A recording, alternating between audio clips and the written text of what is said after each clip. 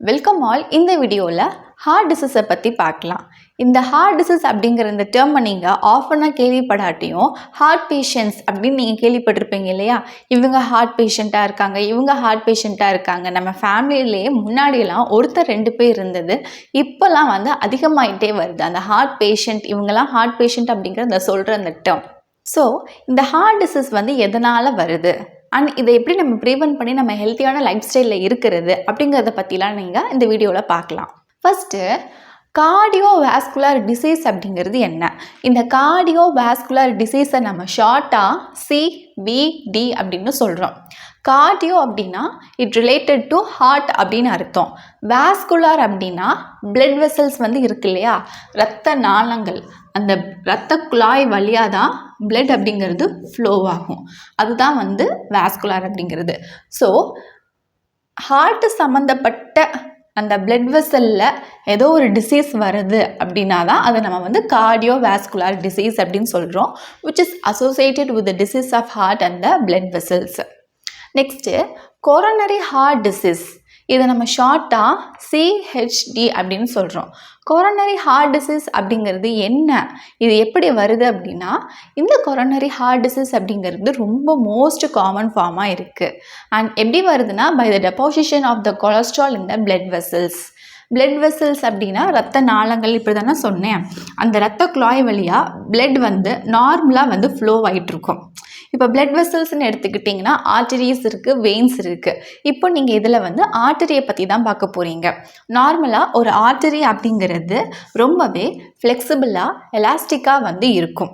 And அதில் blood flow பார்த்திங்கன்னா நார்மலாக நல்லா போயிட்டுருக்கும். பட் ஆனால் நம்ம சாப்பிடக்கூடிய சாப்பாட்டில் அதிகமான கொலஸ்ட்ரால், ஃபேட்ஸ் இதெல்லாம் இருக்கும் போது என்ன ஆகும்னா, அந்த கொலஸ்ட்ரால் ஃபேட்ஸ்லாம் போய் இந்த ஹார்ட்டோட பிளட் வெசலில் போய் டெபாசிட் ஆக ஆரம்பிச்சிடும். ஸோ ஃபஸ்ட்டு மெல்ல மெல்ல டெபாசிட் ஆக ஆரம்பித்து அதுக்கப்புறமா இந்த அளவுக்கு டெபாசிட் ஆயிரும். அப்படிங்கிறப்போ நார்மலாக இருக்கக்கூடிய ஆர்டரியில் ஃப்ளோ ஆகக்கூடிய பிளட்டுக்கும் அண்ட் இந்த மாதிரி பிளட் வெசலில் கொலஸ்ட்ரால் டெபாசிட் ஆகி அதில் ஃப்ளோ ஆகக்கூடிய பிளட்டுக்கும் நிறைய வித்தியாசம் இருக்கும் இல்லையா? அப்போ இந்த இடத்துல பிளட் நார்மலாக ஃப்ளோ ஆகலை, அப்நார்மலாக ஃப்ளோ ஆகிட்டுருக்கு. ஸோ இந்த கண்டிஷன் எப்போ வரும் அப்படின்னா, ஸ்லோவாக தான் டெவலப் ஆகும் over the many years, beginning from the childhood. So சைல்ட்ஹுட்லேருந்து நம்ம அடல்ட் ஆகிற வரைக்கும் எந்த மாதிரி நம்ம சாப்பாடு எடுத்துக்கிறோம் அண்ட் டயட் எப்படி இருக்கும் அப்படிங்கிறத பொறுத்து தான் இருக்குது. இது எல்லாமே நம்ம ஃபேட்டு, கொலஸ்ட்ரால் அதிகமாக இந்த மாதிரியான ஐட்டம்ஸ் சாப்பிடும் போது கொஞ்சம் கொஞ்சமாக நம்மளுடைய பிளட் வெசலில் ஃபேட் அண்ட் கொலஸ்ட்ரால் போய் இப்படி டெபாசிட் ஆக ஆரம்பிச்சிடும். ஃபஸ்ட்டு ஒரு ஃபேட்டி ஸ்ட்ரீக், அதாவது இந்த மாதிரி கொஞ்சம் கொஞ்சமாக டெபாசிட் ஆக ஆரம்பிச்சது. தென் அது ஒரு ஃபைப்ரஸ் காம்ப்ளிகேட்டட் பிளாகாக மாறிடும். தட் மீன்ஸ் இந்த மாதிரி ரொம்ப அடர்த்தியாக இந்த மாதிரி ஃபார்ம் ஆகிருக்கு இல்லையா, இந்த மாதிரி பிளாகாக ஃபார்ம் ஆயிரும். So this leads to the narrowing of the blood vessels. அதாவது பிளட் வெசல்ஸ் நார்மலாக இப்படி இருந்தது, இப்போது இந்த ஃபேட் டெபாசிட்னால இந்த மாதிரி நேரோ ஆயிடுச்சு. And this leads to அத்லோஸ்கெரோசிஸ்.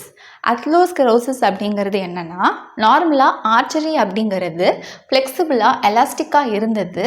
இந்த அத்லோஸ்கெரோசிஸ் அப்படிங்கிற இந்த கண்டிஷன் வரும்போது அந்த பிளாக் டெபாசிட் ஆகிருந்துச்சு இல்லையா, இந்த மாதிரி. So that will make the artery thick and stiff. அதாவது ஆர்டரியை ரொம்ப ஹார்டன் ஆக்கி விட்டுரும். ஆர்டரி ரொம்ப ஹார்டன் ஆகி இந்த மாதிரி குறுகிய பாதையில் அப்நார்மலாக பிளட் ஃப்ளோ ஆகக்கூடிய அந்த கண்டிஷனை தான் அத்ரோஸ்கெரோசிஸ் அப்படின்னு சொல்கிறோம். So this will occur in a large and medium sized arteries that supply the heart muscles with oxygen. So ஹார்ட்டோட மசிலுக்கு அந்த பிளட் வெசல் மூலயமா ஆக்சிஜன் சப்ளை ஆகணும், ப்ராப்பராக சப்ளை ஆகணும்.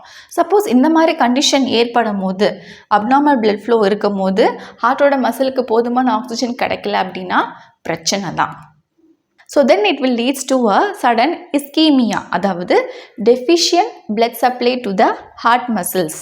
நான் இங்கே சொல்லியிருந்தேன் இல்லையா, ஹார்ட்டோட மசிலுக்கு ஒழுங்காக பிளட் மூலியமாக ஆக்சிஜன் கிடைக்கலன்னா என்ன ஆகும்? இஸ்கீமியா அப்படிங்கிற இந்த கண்டிஷன் வந்து ஏற்படுது. தட் மீன்ஸ் போதுமான அளவுக்கு ஹார்ட்டோட மசிலுக்கு பிளட் சப்ளை இல்லை, டெஃபிஷியண்ட்டாக இருக்குது, பற்றாக்குறையாக வந்து இருக்குது.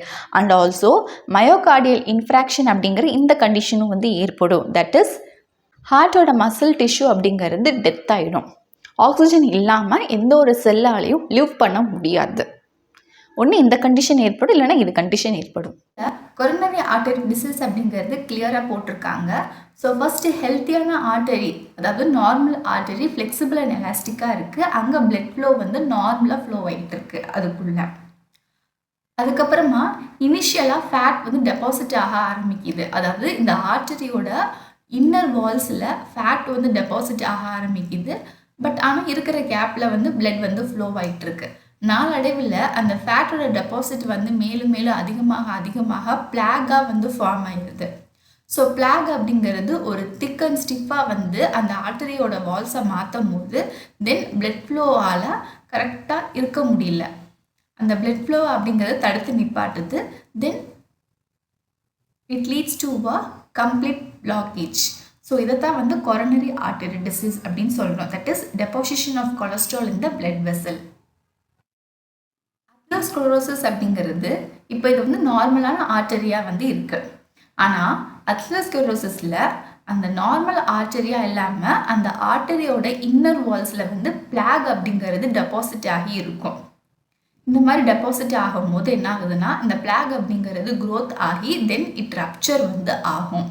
ஸோ ரப்சர் ஆகும்போது அது வந்து பிளட்டை வந்து கிளாட் பண்ணி விட்டு போக விடாமல் பண்ணி பிளாக்கேஜ் பண்ணும். நெக்ஸ்ட்டு இந்த ஹார்ட் டிசீஸோடைய ரிஸ்க் ஃபேக்டர் பற்றி பார்க்கலாம். அதாவது இதெல்லாம் இருந்தால் கண்டிப்பாக இந்த ஹார்ட் டிசீஸ் அப்படிங்கிறதுக்கு வரதுக்கு நிறைய சான்சஸ் வந்து இருக்குது. அப்படிங்கிறப்போ the first one is hyper cholesterolemia. Hyper அப்படின்னாலே ஹைன்னு அர்த்தம், கொலஸ்டிரோன் வந்திருக்கு, அதாவது பிளட்டில் கொலஸ்ட்ராலோடைய லெவல் வந்து அதிகமாக இருக்குதுன்னு அர்த்தம். ஹைப்பர் கொலஸ்டிரோலிமியா அப்படின்னா ஹை பிளட் கொலஸ்ட்ரால் அப்படின்னு சொல்லியிருந்தேன். இப்போ இந்த ஆர்டரியில் பிளட் ஃப்ளோ வந்து பார்க்கும்போது அந்த பிளட்டில் எல்டிஎல் அப்படிங்கிற லோ டென்சிட்டி லிப்போப்ரோட்டீன் அப்படிங்கிற பேட் கொலஸ்ட்ராலும் இருக்குது. And also high density lipoprotein அப்படிங்கிற குட் கொலஸ்ட்ரால் தட் இஸ் ஹெச்டிஎல்லும் வந்து இருக்குது. நம்ம ஹெச்டிஎல் வந்து கன்சியூம் பண்ணுறதுனால ஒன்றும் பிரச்சனை கிடையாது. ஆனால் எல்டிஎல் அப்படிங்கிற அந்த பேட் கொலஸ்ட்ராலை கன்சியூம் பண்ணும்போது அது ஆர்டரியோட இன்னர் வாலில் ஃபேட்டி பிளாகாக போய் டெபாசிட் ஆகி பிரச்சனையை ஏற்படுத்தும். Next do you know HDL அப்படின்னா high density lipoprotein or otherwise known as good cholesterol. This will lower the risk of a heart disease. ஆனால் எல்டிஎல் அப்படிங்கிறது low density lipoprotein or bad cholesterol. This will increase the heart disease. Next, more to know, Indiansக்கு desirable level for blood cholesterol எவ்வளோ இருக்கணும்னா it should be less than 200 milligram per deciliter. இவ்வளோ தான் வந்து இருக்கணும். ஆனால் இந்த coronary heart disease வருது அப்படின்னா அதோடைய ரிஸ்க் அப்படிங்கிறது it slowly increase as ஏன் இது இன்க்ரீஸ் ஆகுதுன்னா when the blood cholesterol level increases from 200 to 300 milligram per dl. So இந்த லெவலுக்கு வரும்போது there is a high risk of a coronary heart disease. இந்த பிக்சரில் கிளியராக எக்ஸ்பிளைன் பண்ணி சொல்லியிருக்காங்க. அதாவது பிளட் ஃப்ளோவில் ஹெச்டிஎல் எல்டிஎல் ரெண்டுமே வந்து இருக்குது. ஹெச்டிஎல் அப்படின்னா குட் கொலஸ்ட்ரால். இந்த குட் கொலஸ்ட்ரால் எவ்வளோக்கு எவ்வளோ ஹையராக இருக்கோ அவ்வளோக்கு எவ்வளோ பெட்டர். ஆனால் it should be not less than 40 milligram per deciliter. Suppose இதுக்கு கம்மியாக இருந்துச்சுன்னா there is a major risk factor for heart disease. அப்பயும் வந்து ஹார்ட் டிசீஸ் வரும். அண்ட் இன்னொன்று LDL which is a bad cholesterol. இந்த எல்டிஎல் அப்படிங்கிறது கம்மியாக இருந்தால் தான் பெட்டர். ஹெச்டிஎல் வந்து அதிகமாக இருக்கணும், எல்டிஎல் வந்து கம்மியாக இருக்கணும். இந்த பேட் கொலஸ்ட்ராலோட ஆப்டிமம் லெவல் வந்து less than 100 milligram per deciliter. And எவ்வளோ ஹையாக இருக்கக்கூடாது அப்படின்னா 160 to 189 milligram per deciliter அப்படிங்கிறது ஹையாக இருக்குதுன்னு அர்த்தம். வெரி ஹைனா 190 அண்ட் அபோவ் இதெல்லாம் வந்து வெரி ஹை. ஸோ நம்மளோட பிளட்டில் டோட்டல் கொலஸ்ட்ராலோட லெவல் வந்து எவ்வளோ இருக்கணும்னா பெஸ்ட்டு வந்து 200 milligram per deciliter ஆர் அதுக்கும் கீழே வந்து இருக்கணும். அண்ட் பார்டர் லைன் வந்து 200 to 239 milligram per deciliter. And ரொம்ப அதிகம் சொல்கிறது அந்த 200க்கும் மேலே, அந்த 240 milligram per deciliter and above இதெல்லாம் வந்து ரொம்பவே high risk for a disease. And இன்னொன்று ஹைப்பர் டென்ஷன். ஹைப்பர்னா ஹைன்னு அர்த்தம், டென்ஷன் அதாவது high BP, high blood pressure தான் ஹைப்பர் டென்ஷன்னு சொல்கிறோம். ஸோ இந்த 2 மேஜர் காசஸும் வந்து போதும் and it will lead to a contributing factor for a heart disease. இந்த பிரச்சனை இருக்குது, ஜஸ்ட் ஹை பிபி தானே, ஹை கொலஸ்ட்ரால் தானே அப்படின்னு நம்ம கவனிக்காமல் விட்டுட்டோம், ட்ரீட் பண்ணாமல் விட்டுட்டோம் அப்படின்னா then it will lead to a severe damage to brain, kidney and eventually leads to stroke. So இந்த ஸ்ட்ரோக் வர அளவுக்கு கூட இந்த மாதிரி சான்சஸை ஏற்படுத்தி விட்டுரும். ஸோ பிபி இருக்குது, கொலஸ்ட்ரால் லெவல் அதிகமாக இருக்குது அப்படிங்கிறப்போ நம்ம அதை வந்து எப்படி ட்ரீட் பண்ணுறதுங்கிறத பார்க்கணும். அண்ட் ஏஜ் ஆகுது அப்படின்னா yearly once full medical checkup and medical செக்கப்லேயே நிறைய ஆஃபர்ஸ் எல்லாம் இருக்குது. ஸோ அது என்னங்கிறத பார்த்து நமக்கு பிபி எவ்வளோ இருக்குது, சுகர் எவ்வளோ இருக்குது, இந்த கொலஸ்ட்ரால் அண்ட் இசிஜி இதெல்லாம் எடுத்துக்கிறது வந்து ரொம்பவே நல்லது. அண்ட் இந்த ஹார்ட் டிசீஸ் வரக்கூடிய மெயின் காசஸ்ன்னு பார்த்தோன்னா ஒன்று வந்து ஹெரிடிட்டி, அதாவது ஃபேமிலியில் யாருக்காச்சும் ஒருத்தர் இருந்திருக்கும், அதுக்கப்புறம் ஜென்ரேஷனாக அது வந்து வரும், இந்த ஹெரிடிட்டி ரீசன். இன்னொன்று diet rich in saturated fat and cholesterol, நம்ம சாப்பிடக்கூடிய சாப்பாட்டில் சேச்சுரேட்டட் ஃபேட் அண்ட் கொலஸ்ட்ரால் இருந்தாலும் வரும். நம்ம நிறைய டைம் லேர்ன் பண்ணும்போது சேச்சுரேட்டட் ஃபேட்லாம் அவாய்ட் பண்ணணும், அன்சாச்சுரேட்டட் ஃபேட்லாம் வந்து அதிகமாக எடுத்துக்கணும் அப்படின்னு சொல்லி லேர்ன் பண்ணுவோம். ஆனால் சேச்சுரேட்டட் ஃபேட்னா என்ன, அன்சாச்சுரேட்டட் ஃபேட்னா என்னன்னு இதில் நம்ம ஈஸியாக வந்து தெரிஞ்சுக்கலாம். ஸோ சேச்சுரேட்டட் ஃபேட்லாம் வந்து butter, cheese, fatty meat, whole milk, coconut oil, palm oil, lard, so இதெல்லாம் வந்து சேச்சுரேட்டட் ஃபேட். இதெல்லாம் நம்ம வந்து கம்மியாக எடுத்துக்கணும், அவாய்ட் பண்ணுறது பெட்டர். பட் நம்ம இதெல்லாம் வந்து மில்க்கு, பட்டர், சீஸு, இந்த ஆயிலெலாம் கன்சியூம் பண்ணுறதுனால கம்மியாக எடுத்துக்கணும். அண்ட் அன்சாச்சுரேட்டட் ஃபேட் அப்படிங்கிறது இதெல்லாம் அதிகமாக எடுத்துக்கணும். Avocados, nuts and seeds, olive oil, peanut butter, fatty fish, மீன் எண்ணெயெல்லாம் சாப்பிட சொல்லுவாங்க கண்ணுக்கு நல்லது அப்படின்ட்டு. டார்க் சாக்லேட், ஸோ இதெல்லாம் வந்து எவ்வளோக்கு எவ்வளோ அதிகமாக அண்ட் மீடியமில் எடுத்துக்கிறோமோ அவ்வளோக்கு எவ்வளோ உடம்புக்கு வந்து ரொம்ப நல்லது இந்த ஃபேட்லாம், which is a good cholesterol. And obesity, குண்டாக இருக்காங்க இல்லையா, ரொம்ப எக்ஸசிவாக குண்டாக இருந்தாலும் இந்த பிரச்சனை தான். அண்ட் இன்க்ரீஸிங் ஏஜ் காரணமாக இது வரலாம். சிகரெட் ஸ்மோக்கிங், ஆல்கஹால் கன்சம்ஷன், இது ரெண்டுத்தினால வரலாம்.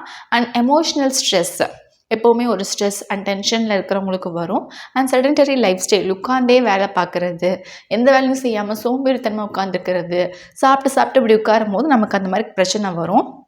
அண்ட் ஃபிசிக்கல் இன்ஆக்டிவிட்டி, நம்ம சாப்பிட்றோம் ஆனால் எந்த வேலையும் செய்யாமல் உட்காந்தே இருக்கும்போது நம்ம சாப்பிட்ற சாப்பாடு டைஜஸ்ட் ஆகி அது எனர்ஜியாக கன்வெர்ட் ஆகும்போது அந்த எனர்ஜியை நம்ம யூஸ் பண்ணி ஆகணும். யூஸ் பண்ண விட்டுட்டோம் அப்படின்னா அந்த எனர்ஜி எங்கேயா தேவையில்லாமல் எங்கேயோ போய் ஸ்டோர் ஆகும்போது நமக்கு பிரச்சனை ஆகிடுது.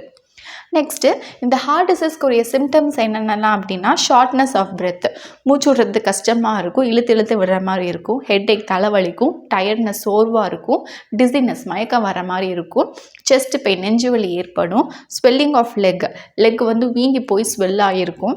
அண்ட் கேஸ்ட்ரோ இன்டெஸ்டைனல் டிஸ்டர்பன்ஸ், வயிறு சம்மந்தமான பிரச்சனைகள்லாம் வரும். முன்னாடியெல்லாம் ஹார்ட் அட்டாக் வருது அப்படின்னாலே நெஞ்சு வலிக்குது அப்படிங்கிற மாதிரி தான் சொல்லிட்டு இருப்பாங்க. பட் ஆனால் இப்போல்லாம் வயிறு வலிச்சாலே தொடர்ந்து வயிறு வலிக்கு அது அல்சர்னு நினைப்போம், இல்லை ஏதோ நம்ம சாப்பிட்டுட்டோம் ஃபுட் பாய்சனால வயிறு வலிக்குது அப்படிங்கிற மாதிரிலாம் நினைப்போம்.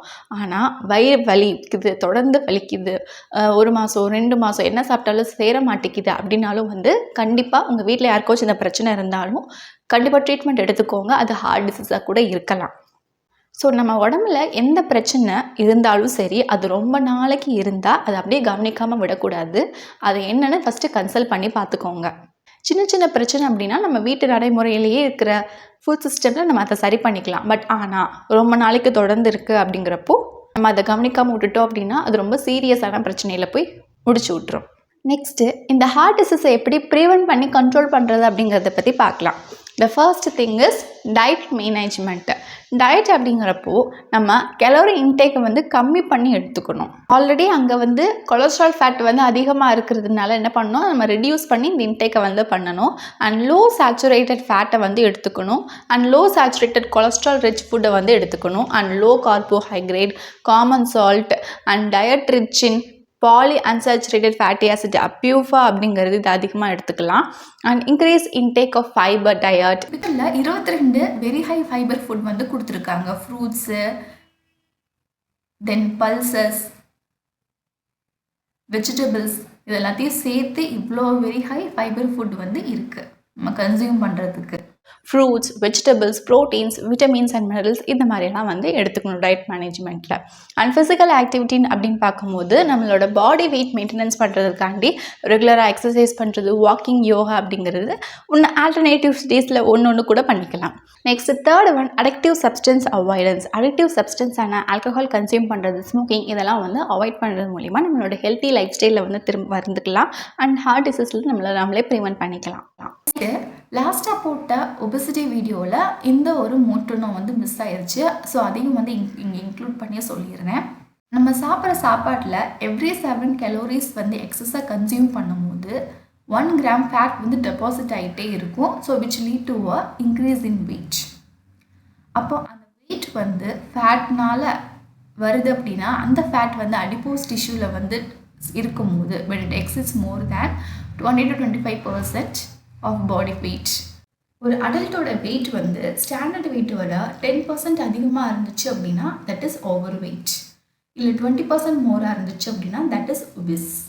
ஓகே, அவ்வளோதான் இந்த டாப்பிக்கில் ஹார்ட் டிசீஸை பற்றி பார்த்தாச்சு. ஐ ஹோப் இன்னைக்கு பற்றின டாபிக் உங்களுக்கு கிளியராக அண்டர்ஸ்டுட் ஆகிருக்கும்னு நினைக்கிறேன். இப்போ have any doubt regarding this please to comment let me know in the comment section. இந்த லெசனில் நீங்கள் ஹெல்த் அண்ட் டிசீஸை வந்து படிக்கிறதுனால உங்களோட ஹெல்த்தை பற்றி தெரிஞ்சுக்கலாம். அண்ட் இந்த டிசீஸை பற்றி லேர்ன் பண்ணும்போது உங்கள் family members, friends, relatives and ஃப்யூச்சரில் உங்களோட ஹெல்த்தை நீங்களே கூட நீங்கள் கவனித்து பார்த்துக்கலாம் இந்த அவேர்னஸோட.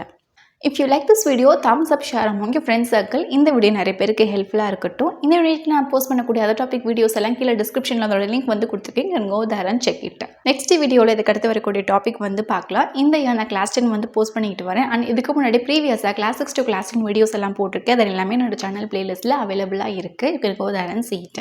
Okay, see you soon again in next video. Thank you for watching.